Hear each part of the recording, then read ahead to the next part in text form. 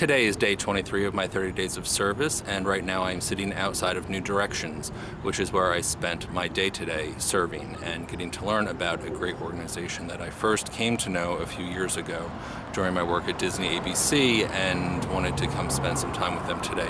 Here's what they do. They are a long-term transitional housing and support system for veterans who are homeless and or face substance abuse problems, post-traumatic stress disorder, and things like that. They provide really fantastic services that, one, if they're dealing with an addict, they will get them through detox and then into their residential program where they are attending classes and learning new skills or refining old skills that they once had, and then offered employment assistance and things like that in a really supportive, healthy environment. And it's located on the west side of Los Angeles at the VA complex, which is where I'm sitting right now. And a few reasons that I love this organization, and then I'll tell you a little bit more about my day. I have enormous respect for the veterans in this country, regardless of what war they fought in, regardless of my views on that war. I think our veterans are phenomenal and should be treated with nothing but dignity and love and respect. Again, regardless of what they were fighting for, because at the end of the day, they were following commands and they were fighting for us. That said, I truly think one of the dirty little secrets about this country that I love so much is how we take care of our veterans once they return and are no longer in service. I think we are great at training our troops on how to protect us and defend us and do all the important missions and important work that they do. And we spend a lot of time and money on all of that. And I am of the belief that when you compare that money and time to the money and time we spend on getting them reacclimated once they come home from their service, it's despicable. I think it's embarrassing and shameful and just unacceptable for Americans to care so little about our vets. And I know we all say we care, and I say I care, and let me tell you, come meet these folks and be reminded of what they have done for us.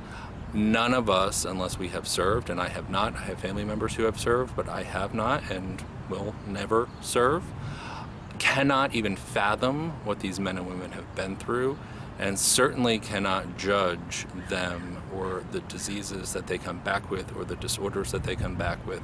And the fact that we spend so little time and money trying to reintegrate them into society is despicable.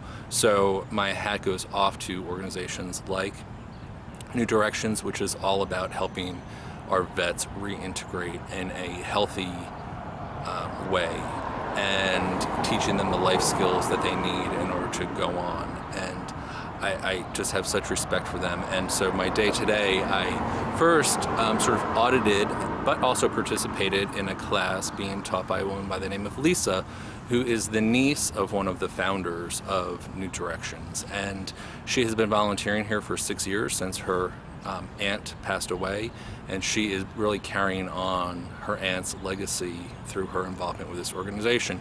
And I get to see firsthand the respect with which she treats these vets, but also the respect that they have for her as she tries to help them with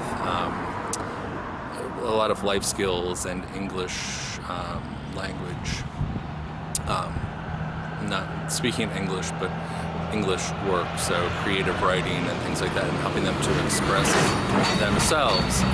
And it's great, and she is wonderful and invited me to partake in the class. And what was really interesting, she handed out quotes from the great football coach Vince Lombardi and had each of the about 20 people in the room read a quote of his and then share how that relates to them personally and every single person participated, men and women, all vets as well as myself. So it was a really, really moving experience.